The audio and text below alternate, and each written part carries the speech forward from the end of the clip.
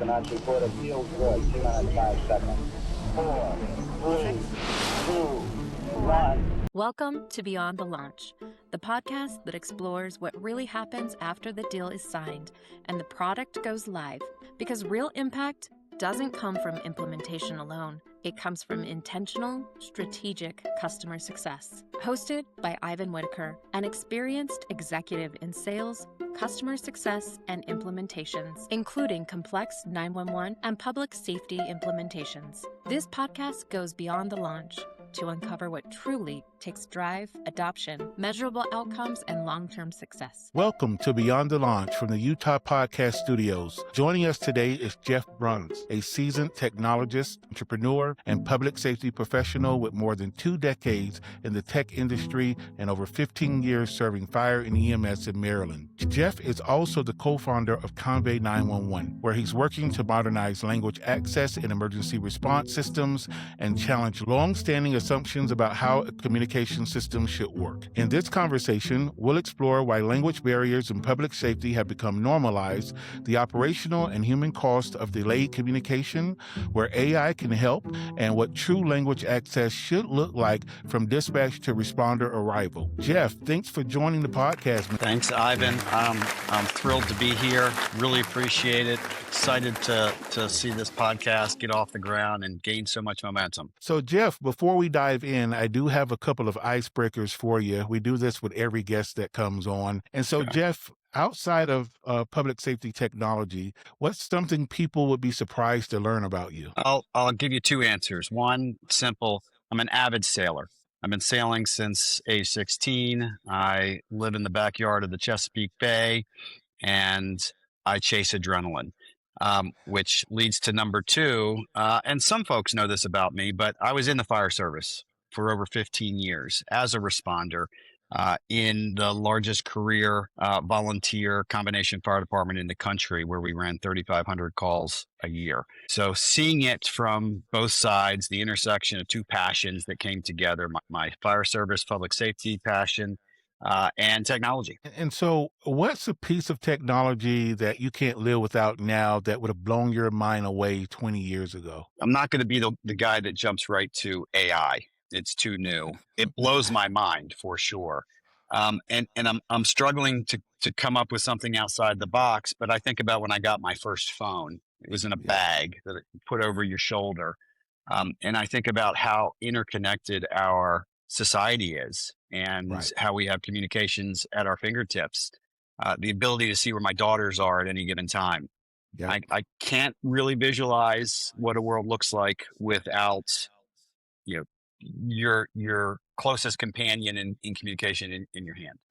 Yep. And for me, that was GPS on the phone, where you remember we used to print everything on Yahoo Yes. Maps. And so Yes. now just being able to have the maps right on the phone, that GPS guidance is different, right? Yeah, back when MapQuest used to be a verb.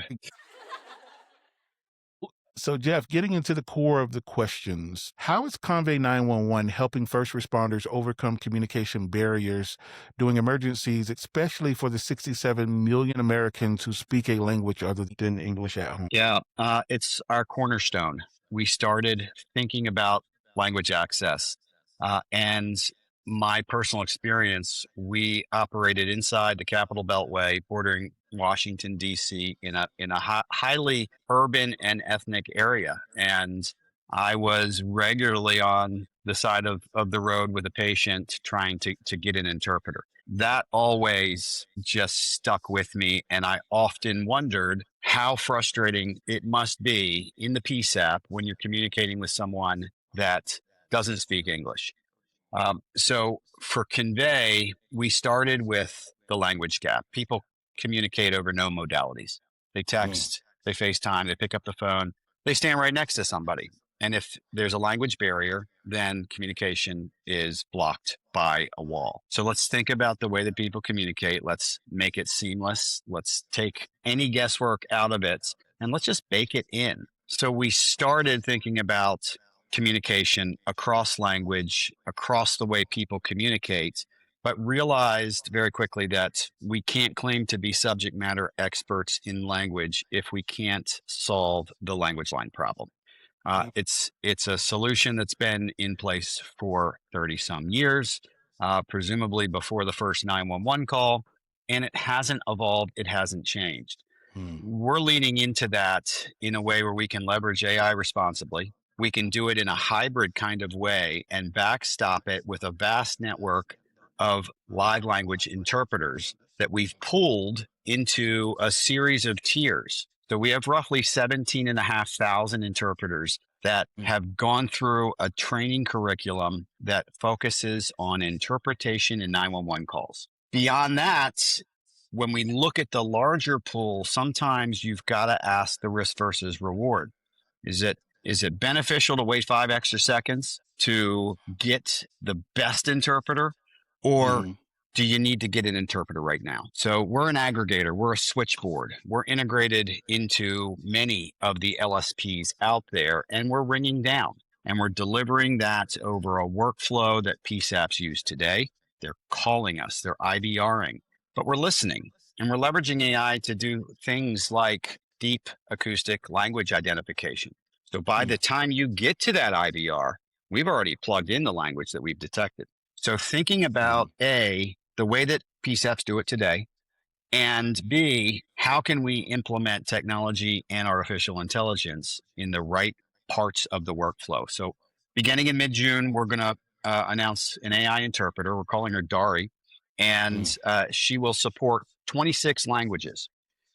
We will deliver this for the PSAP over the phone, but also in our native mobile app, because someone that calls 911 and doesn't speak English, they still don't speak English when the units arrive. So Right. that's one thing that we do. But when we think about bridging communications, it's not just about spoken language. It's about the intelligence and the information that's derived out of the conversation that we're having right now. And taking that and ensuring that it's effectively and expeditiously delivered to the downstream stakeholders. So that's where our Prism solution comes in. It's an ecosystem of best in breed, best in class vendor solutions that look at call to close, telephony, radio, CAD, live QA, the core components of what PSAPs consider their technology stack. We're not good at everything.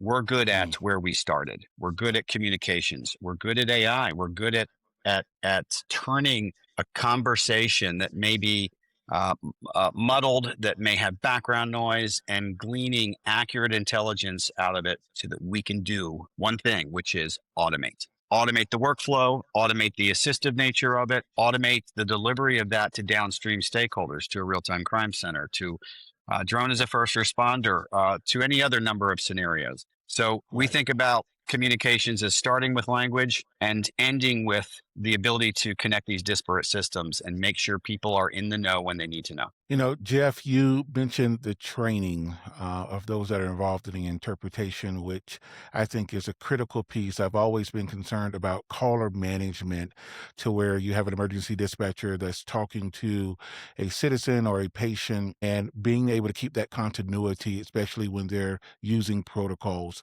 Can you talk a little bit about that? Yeah, great point. I think it's about continuity. It's also about call control, and you mentioned them both.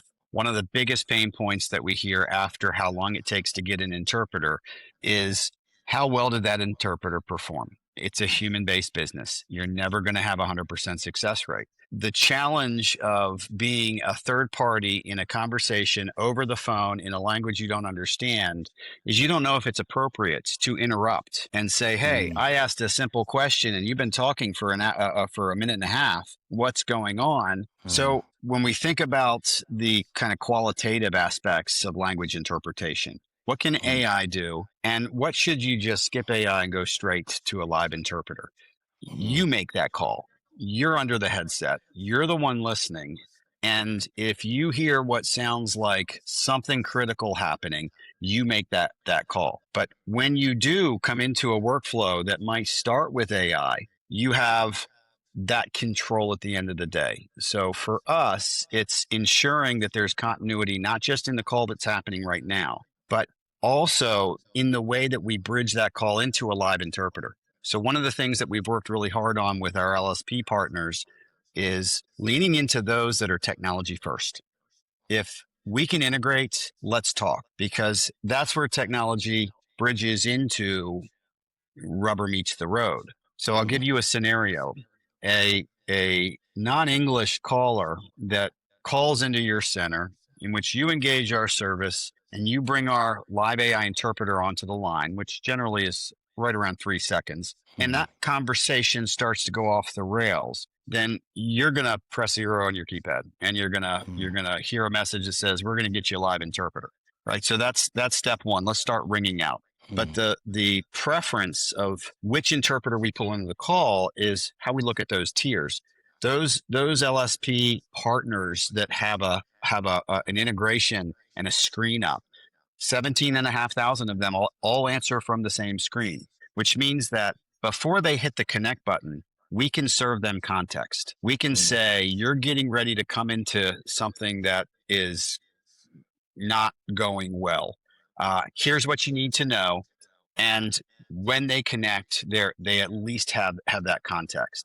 Last example is once those first responders arrive, that patient still doesn't speak English, being able to bring in the same interpreter, if possible, or feed the context to the new interpreter when you're connecting in the field. And we leverage our mobile app and our ability to connect to the ecosystem to do that. Jeff, you talked about the downstream from the time the call comes in all the way to the field. And I'd like to give some statistics from my dispatch center to show the gravity of what you're talking about, to where we get 81 calls every single day that require language translation. Without any type of AI, it takes about 9 minutes to process that call, when a normal call takes about 3.4 minutes. We do about 24,000 minutes of language translation every single month, and about 30% of that is us providing or helping the field providers with language translation. So this is a huge environment that I'm very glad that you've tapped into and understood the gap. So thank you for that. Well, thank you for being an advocate. When we spoke maybe 2 years ago, you told me about a comprehensive study you did in your own PSAP, and you had your team listen to every non-English call over, I believe, 90 days. And you walked away with a metric that was really useful. It was 70% roughly of those non-English callers. It's not immediately critical. It's not immediately life-threatening. So if you can triage where you plug AI in, we have up to 70% that we could do a lot with and really help that call flow. So thanks for being an advocate and for letting us bounce these ideas off you along the way. Absolutely. Yep. And so we'll get into our next question here. Jeff, when public safety agencies adopt new capabilities like AI call automation, language access tools, and RTCC coordination, what are the biggest barriers to real adoption after the system goes live? Who's your cheerleader? You got to have a cheerleader in the PSAP that is one of your supervisors. It's got to start at the supervisory level, because if you don't have buy-in and adoption from the folks running the floor, then you're going to have gradual and then ultimately flat adoption until it starts to drop off. So I would call out 3 key ingredients for successful adoption. And there's more, but it's who's your cheerleader? Who's that individual in the PSAP that is really stoked about this and is taking ownership and making sure their folks are using it when they should be using it. Number 2, policy, right? Put these things into a policy that says, when you encounter X, Y, and Z, here are your protocol options around how you can deploy technology. Easy examples that come to mind: video, drone as a first responder, right? It's giving your folks a script to follow so that they're reminded when those situations occur that they should go through these steps. Once they do it once, twice, 3 times, it's ingrained. So really, it starts at the top. It starts with leadership and operations. It's doubled down with policy and ensuring that there's documentation and that folks are trained. And then finally, it's the vendor, right? It's the feedback loop. Max spoke on one of your recent episodes, and he spoke about the value of short contracts Right. as it relates to that vendor relationship. And I would slightly change that, and I would say fast feedback, short feedback loops. So for us, post launch, for the first month, it's a once weekly 15-minute on the calendar cadence of how are things going. We address Right. any punch list items on both sides. We report back on what usage patterns look like, and then we'll move to a bi-weekly cadence. But every week along the way, we're delivering a here's how you did this week. Right. And keeping them in the loop gives them something to talk about to their folks to make sure that what the PSAP invests in technology is being leveraged and used at the right times and in the right places. Yeah, Jeff, I mean, you're spot on when it comes to the feedback loops in the post-launch environment. We're actually going through an implementation right now, and we basically those feedback loops of being able to communicate and see what's happening and look at the metrics. And I talk about this a lot and make the critical adjustments that shows your emergency dispatchers on the floor that you're committed to the success of it, that you're serious about it, and it's just not technology that's going to go in our technology stack. So you made a critical statement about those feedback loops, and I hope our listeners really, really are getting that type of service and feedback from their vendors. And just to continue on that, the way that we think about product and our solution is to leverage the solution to make the solution work better. So as we think about stitching together these disparate pieces of the tech stack of the downstream stakeholders, it's really about automation and Yep. having a solution that can work in an automated human in the loop way helps that adoption. And if some of those downstream stakeholders are RTCC centers or secondary PSAPs, it's policy driven to say, is this a human in the loop or should this just happen? Because it's the downstream that needs to know. Absolutely. Yep. And so, in your experience, what separates agencies that successfully integrate new technology into daily operations from those that struggle to use it consistently? This is a follow up to the first question. I would probably answer it in a very similar way. It's starting with one cheerleader, but maintaining that relationship and expanding it. We're based here in Maryland, born and raised. We're regularly stopping in and visiting PSAPs. The relationship that you have with the customer is what's really going to make it successful. The ability to pick up the phone and say, hey, I noticed something. And conversely, the ability to pick up the phone and say, hey, something's not working right, or I have a question. Just being on the other end, answering and then resolving it before you get off the phone. Those little things indicate that there's a commitment from the vendor leaning into the customer, regardless of whether it's a 2-seat PSAP or a 45-seat PSAP. So, Jeff, going into kind of the success conversation in the post-launch environment again, do you have any stories or things that you would like to relay on, the technology that you're implementing? What has success looked like to you? Or are there any particular stories that come to mind when you think about the success of your technology? Yeah. Let's see. Let's think. I could talk about language all day long, Yes. and talk about just the feeling of fulfillment that I get, hearing telecommunicators say casually, I will never take another non-English call without this solution. Mhm. Um, I think when we look at the real world, you could stitch together any number of success stories, but I'll focus on one that I'm really excited about, and I think has value that is quantifiable both for the PSAP in terms of cost savings, or time savings, and the police department Mhm. in terms of cost savings.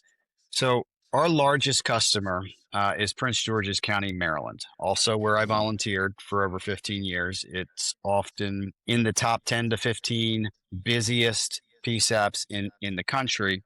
And they answer about 65 calls per day for property damage accidents. Mhm. So 65 calls a day, 65 calls for service. Keep that pattern going with patrol units on the streets and, time of the citizen. So kind of tying this back to adoption, thinking about what we're trying to do with our partnership with Carfax. In fact, before I encountered Carfax, I had no idea that they had a footprint in this space. Right. And now I'm seeing the Fox at all the trade shows, which is great because they're great Right. partners. But Carfax has been serving the law enforcement community for over 15 years with a suite of really robust, powerful investigative tools that they provide at no cost because it's how they think about giving back. Those investigative tools are allowing law enforcement officers to have access to the largest data set in the world of vehicles, insurance, owners, repairs. So they've got a really cool solution called DEX 911, Driver Exchange Link, and it's focused exclusively on this use case. So we are their first public safety partner. We are rolling DEX 911 out to our largest customer in Prince George's County, Maryland. I believe they answer about 1.8 million calls a year. And the adoption is just as important on the Carfax side for them as it is for us, understandably. So we all know what the PSAP looks like. It's at least 6 different screens. It's maybe 2 keyboards, three mice. So the need to go in and log into another screen, we know that story. I'm not going to belabor it. So taking the use case and thinking about how can AI assist in this, right? Prism, that platform that we're thinking about for call to close, we're focused on automation. Automation on what's happening on the phone, automation on what's happening on the radio, automation on what's happening in CAD, and providing an open, agnostic rules engine that customers can configure to automate their use cases that we probably haven't even thought of yet. It's a hybrid of evaluating rules. If A equals 1, then go do this.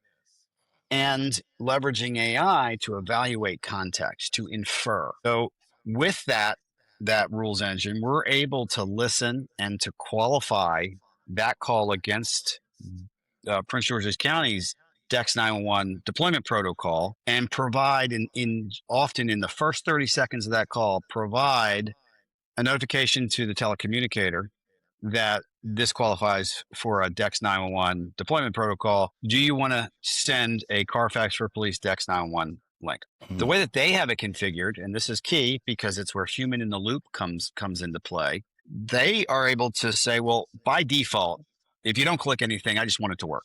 So we've got an end-to-end incident resolution before it even becomes an incident that involves not a single click from the telecommunicator. And it guarantees the adoption of this solution that Carfax is bringing to the industry that is a game changer, because if I get into a fender bender on the side of the road, I don't want to sit there for an hour and a half during rush hour while, I'm waiting for a patrol car that got diverted 3 times for higher priority incidents.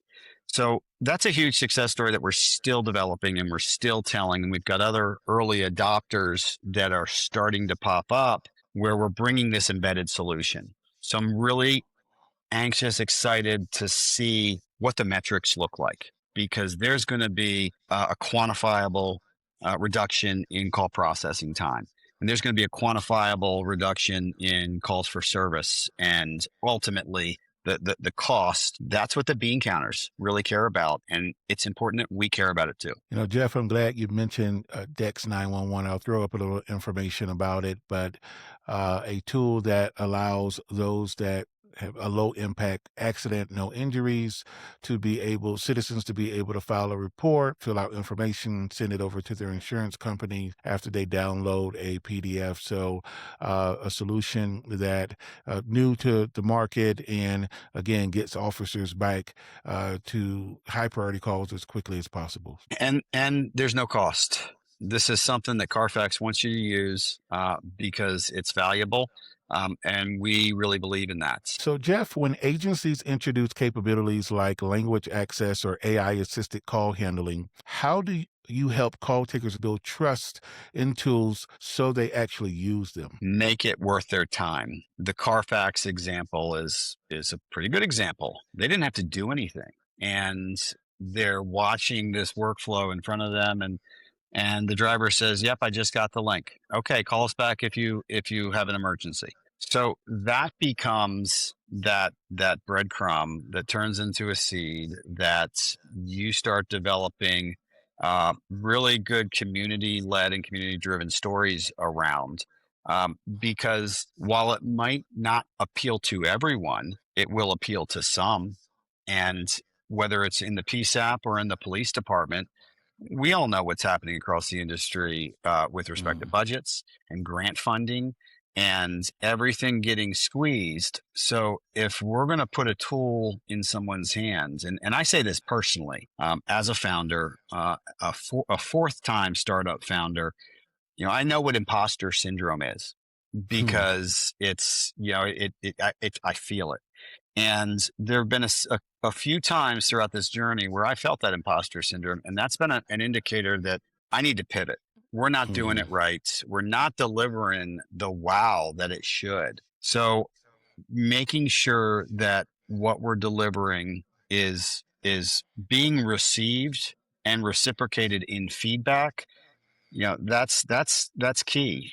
Talk to vendors about how they're thinking about the problem.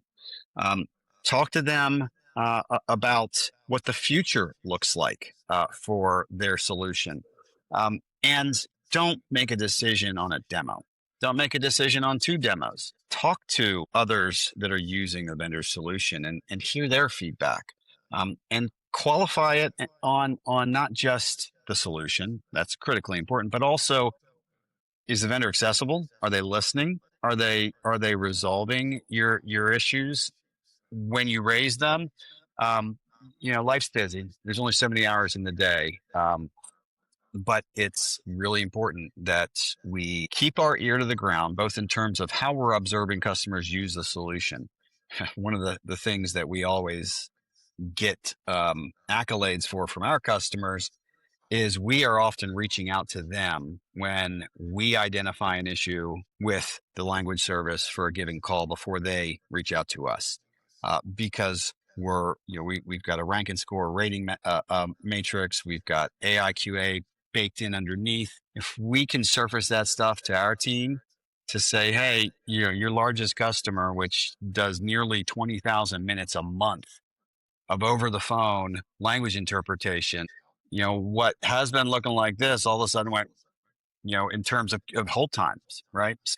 Keeping your ear to the ground, listening, asking, how are things going?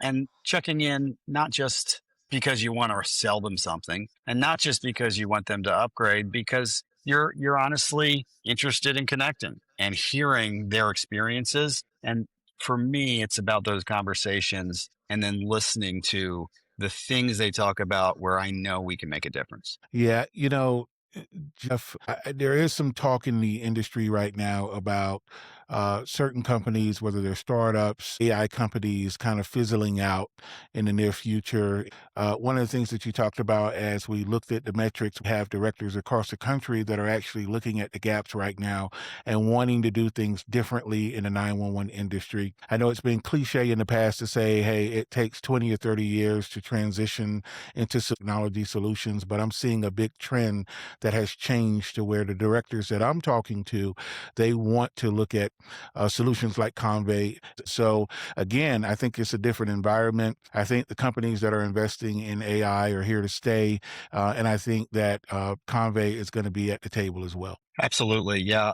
And I look at the industry, I look at other companies that are in the startup space. I look at the amount of capital investment and who's behind that. And I consider what that costs.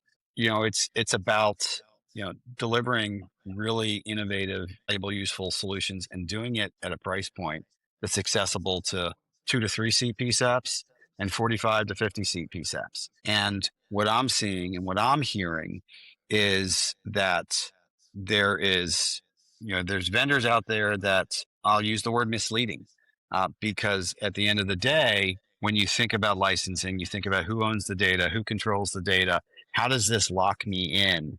Um, I have been writing code or building for 20 years, and open source is running the world. Every single server you go to, that operating system, that's open source. So Right. the ability to work transparently with other vendors, Scott McDonald, a good friend of mine, was on your podcast, and he talked a lot Right. about partnerships.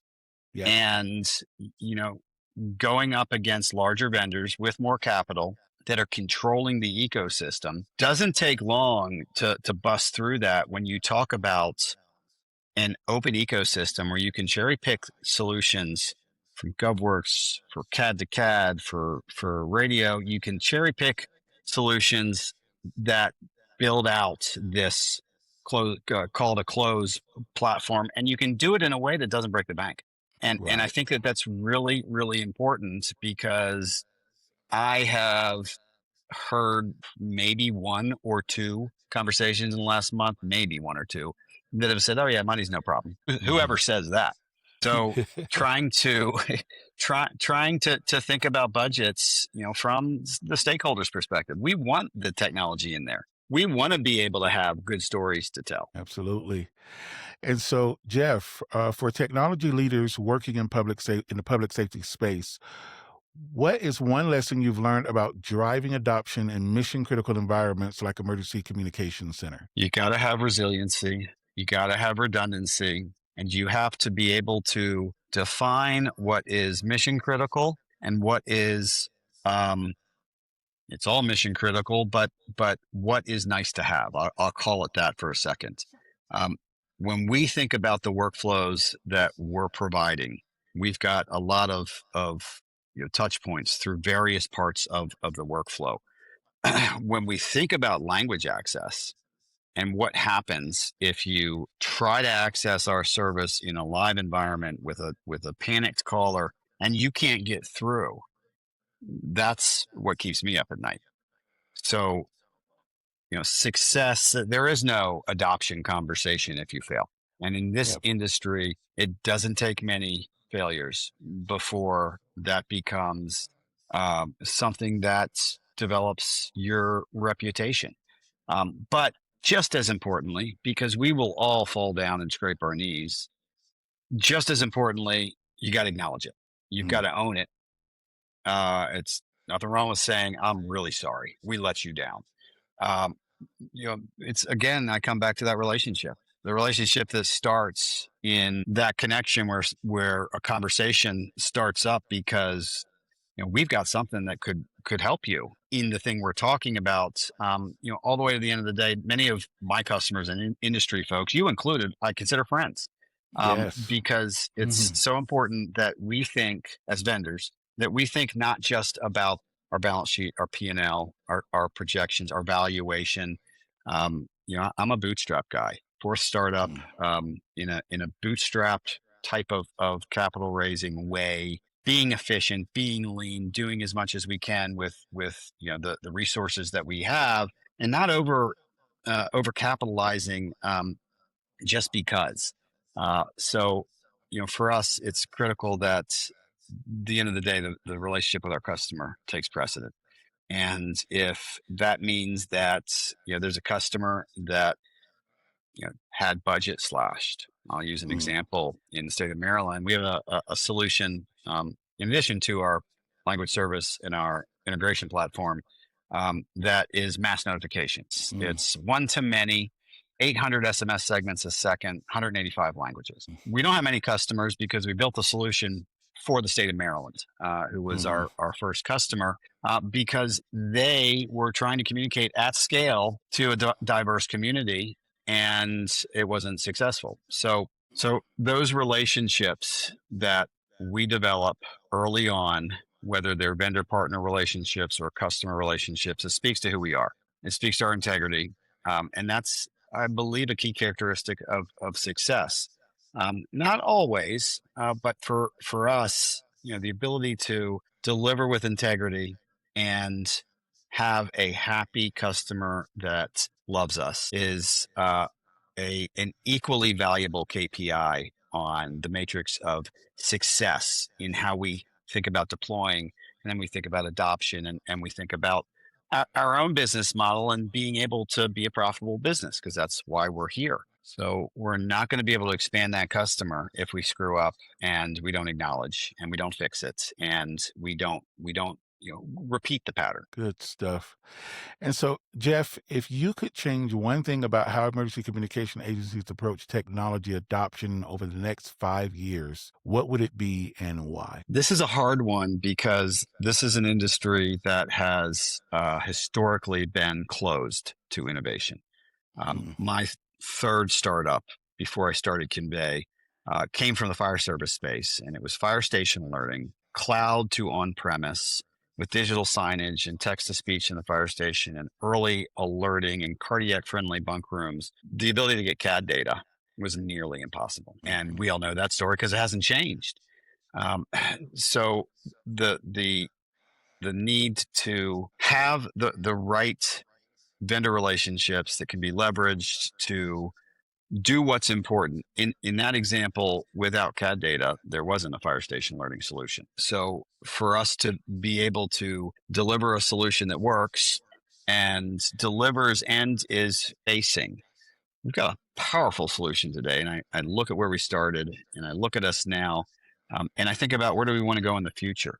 As agencies and PSAPs think about adoption and making those decisions, this isn't what it was 10 years ago. And the last 2 years, 2 to 3 years has proven that, because we've all been on a roller coaster. The pace at which we are evolving is hard to keep up with. I think it's important that decision makers make decisions on not just what it looks like at the first time you see it in a demo. I think it's important that decision makers are considering all of the solutions that are out there and doing a side-by-side comparison. I think it's important that they avoid those vendors that own the ecosystem to come in and say, oh, well, if you upgrade this, we'll throw this in for free. Well, nothing is free. So It might be free this year. It's not free the next year. And that stifles innovation. So the other thing I'll call out as a really important thing I believe that decision makers should consider when they're leaning in and adopting and deploying, look at the contract that you're signing with your vendor, because I have countless stories of PSAPs that have paid the invoice and are still waiting for services to be rendered. And that tends to be a theme in this industry where vendors are selling roadmap. They're selling something that doesn't exist. It might be, half baked, but they're not being transparent about the evolution and maturity of the product or the solution. So make sure you protect yourself, because if you get 6 months in, and I've got folks that I've talked to recently that are in this position, 6 months in, locked into a 3-year contract where they still don't have service, or they are getting it, but it's not doing what it's supposed to do. Well, how do you get out of that? Right. So protect your investments, because you don't want to be locked down with something that doesn't work to the point that you unplug it or turn it off. But there's no funding that's going to be disencumbered, because it's presumably already been spent. Yep. There's 2 points that I'd like to piggyback on, Jeff, that I think is critical for the audience. The first thing is, I've got my teams in the practice of you have to be able to put your hands on it, demo it, not the demo stack, but we want to see it in action. More of the perspective of us as far as the questions that we have and the uniqueness in our own system. So we got to be able to put our hands on it. The days of the PowerPoint stuff and showing us demos via a PowerPoint slide, that's not going to work. Part 2 of that, you mentioned the data kind of moving forward as we forecast out in the next 5 years. I think leaders in the public safety space, our roles have changed. We need to be very predictive and analytical in how we look at what we're doing from an operational perspective in our dispatch centers. I think in the space, we've allowed CAD and other technology dispatch protocols to operationalize what it is that we do. And I'll give you an example. When it comes down to protocol questions, are we asking the right questions based on the demographics? Are we asking the right questions based upon the likelihood of getting the right answers. We need to be questioning and pushing all of that forward. And so a system like Convey with the flexibility and what you've described here, I think will allow many out there to be able to do that from an operational perspective. Yeah, agreed. You have to have flexibility to make it work for you. Not every PSAP is the same. In fact, every PSAP is different. So the ability to adopt a solution and make it work for you is really important. Yep. The last thing I have for you, Jeff, kind of looking at the future of Convey, would you like to expound on what's coming, your game plan moving forward? Yeah, sure. So, we've got two really exciting things. Convey Connect, especially with the World Cup coming up, is in demand. You've got to be prepared for language. We're looking at our Convey Connect market as you've got 911 centers, PSAPs, comm centers that are fielding calls over the phone, and you've got units that are out on the street. And there's going to be a lot of people in a lot of these cities. Really excited about our AI interpreter. Really excited. I think it's going to be a game changer, both on the side of the road as you're interacting at a traffic stop, and also in the PSAP. But that really excites me, and we're going to be debuting that coming up here in a month and a half at NINA. The other thing I'm really excited about when I think about AI beyond just the language piece, when I think about the disparate systems out there and all of the different CAD vendors that are out there, and the nearly impossible feat of making a solution work seamlessly across all of the CAD vendors. So Prism emerged as a co-op of several vendors, and we've added one vendor, a company called Emerging Digital Concepts, to the existing portfolio of solution providers that includes us, SRT, and their Delphini land mobile radio solution, GovWorks, and their QA. But this company is probably not known to a lot of the folks that might be watching today, because they work in between the pipes, and they've been doing it for over 15 years. They are CAD to CAD, and they've invested those 15 years in effectively knocking on every CAD vendor's door to say, hey, can we build an interface with you so that we can enable interoperability between two different jurisdictions? So with their capability means that we can now bring as part of our solution a CAD connector that is roughly 70% of the CAD vendors that is compatible with.